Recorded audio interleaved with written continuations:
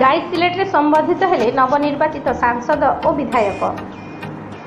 बरगढ़ लोकसभा निर्वाचन मंडलीर नवनिर्वाचित सांसद श्रीजुक्त प्रदीप पुरोहित और विजयपुर निर्वाचन मंडलीर विधायक श्रीजुक्त सनत गड़तिया को गाई सिलेट ब्लॉक रे भारतीय जनता पार्टी, गाई सिलेट ब्लॉक प्रशासन, नागरिक कमिटी, यूथ क्लब, वरिष्ठ नागरिक संघ, VRP संघ, शिक्षक संघ आदि विभिन्न संगठन तरफ संबर्धना प्रदान करा जायतिला।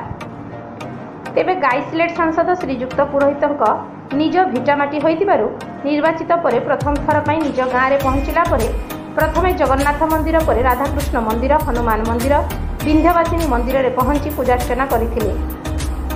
एही अवसर में उभय सांसद और विधायक गाई सिलेट पंचायत समिति मीटिंग रे जोगदे ब्लॉक प्रशासन और PRI मेंबर मानक सह गाई सिलेट अंचलर विभिन्न समस्या विषय आलोचना करथिले। मीटिंग सरिबा परे अनेक समय धरी विधायक और सांसद साधारण लोकों अभियोग शुणिथिले, समस्त समस्यार समाधान करने पई प्रतिश्रुति देथिले। गाई सिलेट नागरिक कमिटी पक्षर अनुष्ठित संबर्धना सभा जोगदे उभय सांसद और विधायक समस्त को एक हो मिलमिशि गाई सिलेट अंचलर विकास करने आह्वान देथिबा बेले अंचलवासी पक्षर समर्थन दे निर्वाचन में विजयी कराइथिबारु कृतज्ञता जणाइथिले। बरगढ़ जिलार श्याम सुंदर सुनांक रिपोर्ट, मातृभूमि लाइव टीवी।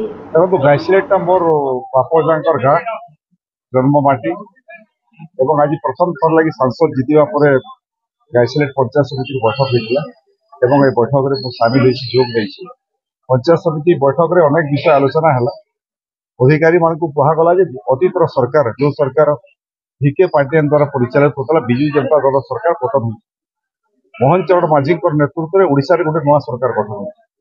गत 24 वर्ष शासन में जेभली अफिसर मैंने लुटतराज करते राजकोष पैसा लुंठन करते कृषि ब्लॉक मान सब बंद है और राज्य और केंद्र सरकार पैसा जो आसूसी ठीक रूप से किभली हेब अब 100 to 100% किभली काम हो से अधिकारी मान तागिद कराई।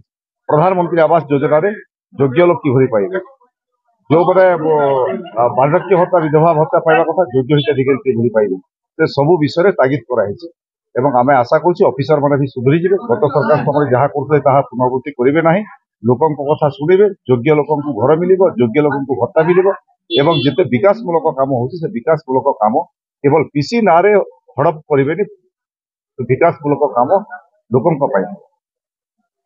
आ गोटे प्रश्न अच्छे सर, टांगबाहा स्कूल भितर कैंपस भितर स्कूल कोठरी को जो पिला पाठ पढ़ाई स्कूल कोठरी कम अच्छी सेठी मिशन गृह खुली बीजेडी सरकार से समय एवं भी सही ताला बंद कर पड़ी से स्कूल कोठरी मिशन शक्ति कौन कौन कह तो मुझे आपको एक कथा शुणुची मुझे जाने नहीं जदि से ग्रामवासी किसी लेखिकी देवे ताहले मु उपरिस्थ अधिकारी आलोचना तार समाधान थैंक यू ब्लॉक आम चेयरमैन अध्यक्षतार आज पंचायत समिति मान्यवर सांसद बरगढ़ लोकसभा से भी योगदान करते अन्य सब सर्व समिति जिला परिषद समस्त योगदान करते। मोर यहाँ प्रथम थर यहाँ पंचायत समिति मीटिंग अटेंड कली, बहुत सकारात्मक बहुत बढ़िया मीटिंग है। बहुत सहयोग आम गाई सिलेट ब्लॉक के नंबर 1 आम बरगढ़ डिस्ट्रिक्ट करवार लगे प्रयास करूँ एवं बहुत सकारात्मक दिला, बहुत पॉजिटिव तमने समस्त। तो आगामी दिन में केंद्र जहाँ जहाँ समस्या अच्छी विजयपुर निर्वाचन मंडली भर गाई सिलेट ब्लॉक रो निश्चित भाव में समस्त सहयोग नहीं राजनीतिक जी पब्लिक रिप्रेजेंटेटिव जी अच्छे आम सरकारी जी कर्मचारी सहयोग नहीं उन्नति कर डिफरेंट प्रोब्लेम्स डिफरेंट इश्यूज गुड़ा सर्ट आउट कर दिगरे निश्चित भाव प्रयास करूँ। और निश्चित भाव मोर दृढ़ विश्वास अच्छी आगामी दिन में गाई सिलेट बहुत बढ़िया विकास कर।